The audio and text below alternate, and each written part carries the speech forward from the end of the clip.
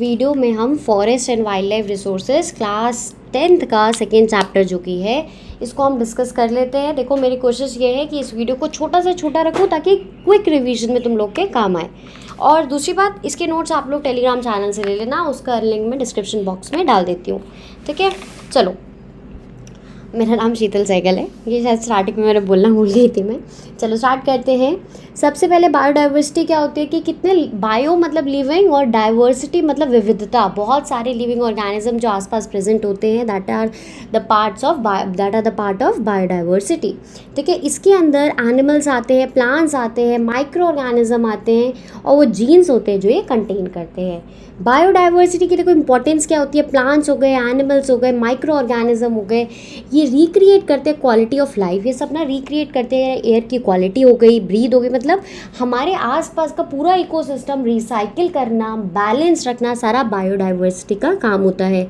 ठीक है, और ये प्राइमरी प्रोड्यूसर होते हैं, मतलब ये ही होते हैं जो कि सनलाइट को फिक्स कर सकते हैं और इनसे ग्रीन प्लांट्स खाना बना सकते हैं। हम लोग सूरज को यूज़ करके खाना नहीं बना सकते बच्चों, हम लोग सूरज को यूज़ करके एनर्जी प्रोड्यूस कर सकते हैं, खाना नहीं बना सकते। खाना एज इन जो हमें फूड मिलता है डायरेक्टली इनडायरेक्टली, वो हमें प्राइमरी प्रोड्यूसर्स जो कि प्लांट्स होते हैं उन्हीं से ही मिलता है। फिर उसके बाद फॉरेस्ट जो इतना सारा वैल्यूएबल रिसोर्सेज देते हैं, हमें फ्रूट्स देते हैं, गम देते हैं, रेजिन्स देते हैं। और फिर उसके बाद आगे देखो फॉरेस्ट की रोल प्ले करते हैं क्योंकि ये प्राइमरी प्रोड्यूसर होते हैं, सपोर्ट करते हैं flora and fauna. Flora plants को कहते हैं और फौना एनिमल्स को कहते हैं। ठीक है, और ये प्रोवाइड करते हैं फ्रूट, फ्लावर, मेडिसिन। हमें कंजर्व करने की क्यों ज़रूरत है हमारे प्लांट्स को, हमारे फॉरेस्ट को? क्योंकि ये सपोर्ट करते हैं हमारी लाइफ को। इससे हम जेनेटिक डाइवर्सिटी प्रिजर्व करके रख सकते हैं। डाइवर्सिटी मतलब देखो हमारे एनवायरनमेंट में जितना इंपॉर्टेंट बिल्ली का रहना है उतना ही इंपॉर्टेंट कुत्ते का रहना भी है। अगर बिल्लियाँ सारी मर जाएंगी तो चूहे की तादाद बढ़ जाएगी। तो ऐसे अगर छिपकलियों को हम सारी मार देंगे तो जो वो छिपकलियाँ जिस पेस्ट को खाती हैं उनके नंबर्स बढ़ जाएंगे। तो इस कारण से सारी डाइवर्सिटी को मेंटेन करना बहुत ज़रूरी है। Fisheries are heavily dependent on the maintenance of aquatic. तो एक्वाटिक बायोडाइवर्सिटी भी उतनी इंपॉर्टेंट है जितनी टेरेस्ट्रियल मतलब लैंड पे डाइवर्सिटी है। क्या क्या स्टेप लिए गए हैं इंडिया में बायोडाइवर्सिटी को प्रिजर्व करने के लिए, इस पर क्वेश्चन आ जाता है। सेम यही पूछता है कि क्या क्या स्टेप ले रखे हैं इंडिया में बायोडाइवर्सिटी को प्रोटेक्ट करने के लिए। पहला, इंडियन वाइल्ड लाइफ एक्ट आया था 1972 के अंदर। एक all India list of protected species publish करी गई थी। ठीक है, और मतलब इंडिया में जितनी प्रोटेक्टेड स्पीसीज़ है जिन्हें ज़रूरत है प्रोटेक्शन की या प्रोटेक्ट किया जा रहा है उसकी लिस्ट पब्लिश करी गई थी। और फिर उसके बाद जो बची कुची है स्पीसीज जो अभी भी थ्रेट में है, जिनका व्यापार किया जाता है, जैसे वन हॉर्न राइनोसॉर्स जो असम में काजीरंगा में मिलता है ना, इसका हॉर्न का जो नाक के ऊपर हॉर्न जो प्रेजेंट होता है, इसको काट के ना इसको बेचा जाता है इंटरनेशनल मार्केट में। तो पोचिंग वगैरह को रोकने के लिए भी रूल्स आ रखे हैं। स्टेट और सेंट्रल गवर्नमेंट ने नेशनल पार्क और वाइल्ड लाइफ सेंचुरी इस्टेब्लिश करी है। बच्चों ध्यान रखना, national park central government establish करता है, ज़्यादा प्रोटेक्टेड होता है। वाइल्ड लाइफ सेंचुरी जो होती है स्टेट गवर्नमेंट इस्टेब्लिश करती है। फिर उसके बाद बहुत सारे और डिफरेंट प्रोजेक्ट भी चले हैं, जिसमें सबसे मुख्य प्रोजेक्ट है प्रोजेक्ट टाइगर। प्रोजेक्ट टाइगर जो था कि टाइगर की पॉपुलेशन धीरे धीरे करके कम होती जा रही थी और इंडिया और नेपाल पूरी दुनिया के 2/3 टाइगर की पॉपुलेशन को हैबिट रखते जगह देते हैं। इस कारण से प्रोजेक्ट टाइगर जो था सबसे ज़्यादा इम्पॉर्टेंट प्रोजेक्ट माना जाता है। देखो इंडिया और नेपाल में ही सबसे ज़्यादा टाइगर और यहीं पे ख़त्म होने लग गए तो पूरी दुनिया में इतनी बड़ी टाइगर की स्पीसीज़ गायब हो जाएगी। तो प्रोजेक्ट टाइगर इंट्रोड्यूस हुआ था 1973 के अंदर। बहुत सारे एफर्ट्स हुए, बहुत सारे नेशनल पार्क्स बनाए गए स्पेशली टाइगर को मद्देनज़र रखते हुए कि टाइगर की कंजर्वेशन करनी है। ये सारे उसके एग्जांपल है। कॉर्बेट नेशनल पार्क हो गया, सुंदरबन हो गया, वेस्ट बंगाल में बांधवगढ़, ये सब जो नाम है along with states you have to keep these in your mind, आपको याद करने हैं। टाइप्स ऑफ फॉरेस्ट और वाइल्ड लाइफ रिसोर्सेज के बारे में बात करते हैं। एक होता है reserve forest. More than half of the forest India में जितना भी है उसका आधा हिस्सा रिजर्व फॉरेस्ट है, सबसे वैल्यूएबल है, इसको बचा के रखना बहुत ज़्यादा ज़रूरी है। प्रोटेक्टेड फॉरेस्ट 1/3 प्रोटेक्टेड एरिया होता है, फॉरेस्ट डिपार्टमेंट डिक्लेयर करता है। फॉरेस्ट लैंड इज़ प्रोटेक्टेड, यहाँ पे फॉरेस्ट लैंड को प्रोटेक्ट करके रखा होता है कोई फर्दर डिप्लीशन से, कि मतलब आगे रिजर्व में तो आप बिल्कुल नहीं जा सकते हो, ठीक है, प्रोटेक्टेड में तो फिर भी जा सकते हो। और अनक्लास फॉरेस्ट जो बचा कुचा फॉरेस्ट हुआ उनको अनक्लास फॉरेस्ट में गिना जाता है, मतलब इधर उधर थोड़ा मोड़ा बेयर ग्राउंड पे जो फॉरेस्ट उगे होते हैं ना, तो अनक्लास फॉरेस्ट होते हैं। फिर आता है distribution of forest and wild life resources.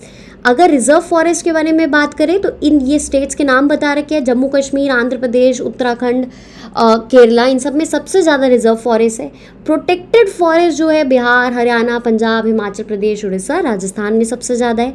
अनक्लास तो नॉर्थ ईस्ट स्टेट, गुजरात में सबसे ज़्यादा देखने को मिलेंगे। अनक्लास फॉरेस्ट को लोकल कम्युनिटीज़ मैनेज करती है। अब आता है कम्युनिटी एंड कंजर्वेशन। कम्युनिटी कैसे मिलकर फॉरेस्ट एरिया को कंजर्व कर रही है। इसके अंदर देखो सरिस्का में हम देखते हैं राजस्थान के विलेजर्स ने माइनिंग के अगेंस्ट फाइट की थी और बोला था वाइल्ड लाइफ प्रोटेक्शन एक्ट में लिखा है कि आप हमारा लैंड नहीं ले सकते हो, हमारा ये रिसोर्स है, हम इतने सालों से यहाँ पे रह रहे हैं। और ये लोग जीते भी थे। सरिस्का की बात हो रही है। सरिस्का कहाँ पे, आप लोग मुझे कमेंट सेक्शन में लिख के दिखाना। आई थिंक तुम लोगों ने सामने पढ़ लिया होगा, राजस्थान में, ठीक है। Inhabitant of 5 villages in Alwar district. Rajasthan में भी एक अलवर डिस्ट्रिक्ट में हम देखते हैं कि 1200 हेक्टेयर लैंड जो था भैरवदेव का sanctuary declare their own rules. यहाँ पे इन लोगों ने भी यहाँ पे कम्युनिटी में जो यहाँ रहती थी अपने रूल्स एंड रेगुलेशन डिक्लेयर करे और बाहर से जो इंक्रोच करते आते थे, मतलब उनके लैंड में कब्जा करने आते थे, उन पे कंट्रोल लगाया, उनको वहाँ से भगाया। फिर फेमस चिपको मूवमेंट बहुत ज़्यादा फेमस है। इसमें क्या हो जाता था, पेड़ से ये लोग आके चिपक जाते थे। सुंदरलाल बहुगुणा ने इसे इनिशिएट किया था बच्चों। और पेड़ को काटने से मतलब काटने जो पेड़ आता था उसके पेड़ के चारों ओर ये चिपक जाते थे, ठीक है, बोलते थे चिपक, और इसी से इसका नाम चिपको मूवमेंट पड़ा। एक और है बीज बचाओ आंदोलन, जो कि तहरी उत्तराखंड में हुआ। इसमें बोला था कि डाइवर्सिफिकेशन, जो ओरिजिनल बीज है, जो ओरिजिनल सीड्स है जो नेचर से मिलते हैं, उनको बचाने की सख्त ज़रूरत है। रादर देन आप आर्टिफिशियल सीड्स लेके आओगे, ठीक है। तो natural diversity synthetic without the use, और उस सीड्स में केमिकल्स का यूज़ कम से कम करना चाहिए, अदरवाइज वो सीड्स और सॉइल दोनों की डाइवर्सिटी चली जाएगी। एक बहुत इंपॉर्टेंट है जॉइंट फॉरेस्ट मैनेजमेंट प्रोग्राम, जिसमें लोकल कम्युनिटी मैनेज करती है डिग्रेडेड फॉरेस्ट को। जॉइंट फॉरेस्ट मैनेजमेंट प्रोग्राम की बात करें तो इसके अंदर क्या होता है, ये एक्सटेंशन है 1988 के प्रोग्राम का। इसमें फॉर्मेशन जो होती है डिपेंड करती है, मतलब कम्युनिटी अपने हाथ में ले लेती है फॉरेस्ट की डेवलपमेंट, लोकल लोग ध्यान रखते हैं फॉरेस्ट का जैसे पहले करते थे। इन रिटर्न क्या बोला जाता है, लोकल को बोला जाता है आप लोग इस फॉरेस्ट का नॉन टिम्बर प्रोडक्ट यूज़ कर सकते हो। नॉन टिम्बर प्रोडक्ट बच्चों क्या होता है, टिम्बर लकड़ी होती है, टिम्बर के अलावा जो फॉरेस्ट हमें इंपॉर्टेंट चीज़ें देता है, जैसे टैमरिड हो गया, गम हो गया, ये सब वो लोग, पत्ते हो गए, ये सब फॉरेस्ट के लोग यूज़ कर सकते थे। तो जॉइंट फॉरेस्ट मैनेजमेंट प्रोग्राम बहुत इंपॉर्टेंट है। सुन लो क्या होता है जॉइंट फॉरेस्ट मैनेजमेंट प्रोग्राम में, आपने कम्युनिटी की कोई राइट दे दिया है कि आप फॉरेस्ट का ध्यान रखोगे, पर इसके बदले में आपको टिम्बर तो नहीं मिलेगा, लकड़ियाँ नहीं मिलेगी। लकड़ी के लिए तो फिर पेड़ ही काट देंगे ना, फिर ध्यान किसका रखेंगे। पर rather than non timber product आप लोग रख सकते हो अपने पास, ठीक है। फिर आता है सैक्रेड ग्रुप। सैक्रेड ग्रुप वो होते हैं जहाँ पे जिसकी पूजा की जाती है, ठीक है। जैसे हमारे यहाँ भी पेड़ों में केले की पेड़, पीपल के पेड़ की पूजा की जाती है, इनसे सैक्रेड ग्रुप का ये हिस्सा है। ये पैच वो होता है फॉरेस्ट का, यहाँ पे अनटच, इसको टच भी नहीं किया जाता। लोकल लोग इन पे खेती बाड़ी नहीं करते, इसको सैक्रेड मानते हैं, इसको पूजनीय मानते हैं। सर्टेन सोसाइटीज़ रिवर्व पर्टिकुलर ट्री, जैसे पर्टिकुलर ट्रीज, जैसे हम मुंडाज और संथाल की बात करें छोटा नागपुर रीजन की, ये लोग महुआ और कदम के पेड़ की बहुत ज़्यादा पूजा करते हैं, ठीक है। टू अस हम लोग पीपल और बैनियन ट्रीज़ की सेक्रेट मानते हैं, और ये सब आपने पढ़ लिया है। इसके साथ तुम्हारा चैप्टर मैंने तुम लोग को रिवाइज कर दिया। See you in the next video. अपना ध्यान रखना और पढ़ लेना। Bye bye.